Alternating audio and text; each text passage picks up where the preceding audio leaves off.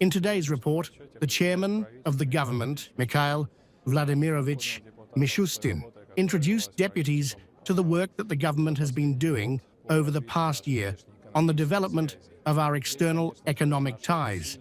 Here, of course, our efforts were focused on creating better conditions on foreign markets for Russian exporters. First, over the years, we have been able to reorient the main export flows. Today, 86% of Russian exports, Russian trade with the outside world, is carried out with friendly countries. And here, this was also voiced by the deputies. In fact, those 32,000 sanctions that were applied to Russia, in the end, they were a boomerang for those who announced these sanctions to us. This is, of course, the loss of jobs in Europe, the creation and formation of much worse competitive conditions on the world markets due to the loss of access to Russian energy. Therefore, they have punished themselves. We are developing and creating, as I said, better competitive conditions for Russian commodity producers.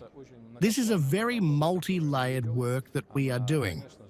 It, of course, primarily concerns the signing of the free trade agreement with the countries that are close to us, that want to work with us, that want to get closer to us. And here, of course, we are not working alone, but we are working within the framework of the Eurasian Economic Union, to which we actually gave the right to sign such trade agreements. To date, those trade agreements that we have signed within the EAS provide Russian businesses with access to international markets with a volume of more than 700 million people. These are very serious indicators that allow us to say today that, in principle, the conditions for the development of technologies and the conditions for our competitive presence in foreign markets have been significantly reformed today. Of course, this is a new mechanism for Russian entrepreneurs.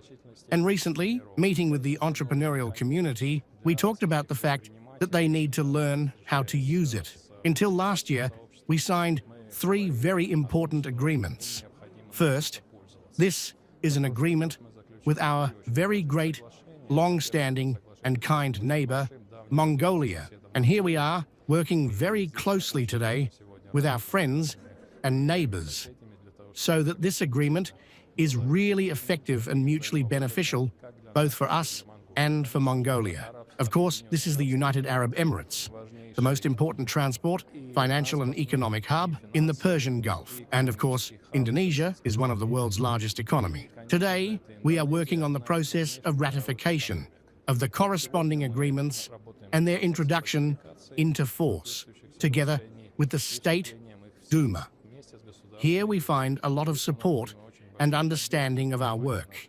How much more time can this process take? Is this a question of 2026, or can we go further? This is 2026. The next year, we hope, will take about a year between the signing and the introduction into force.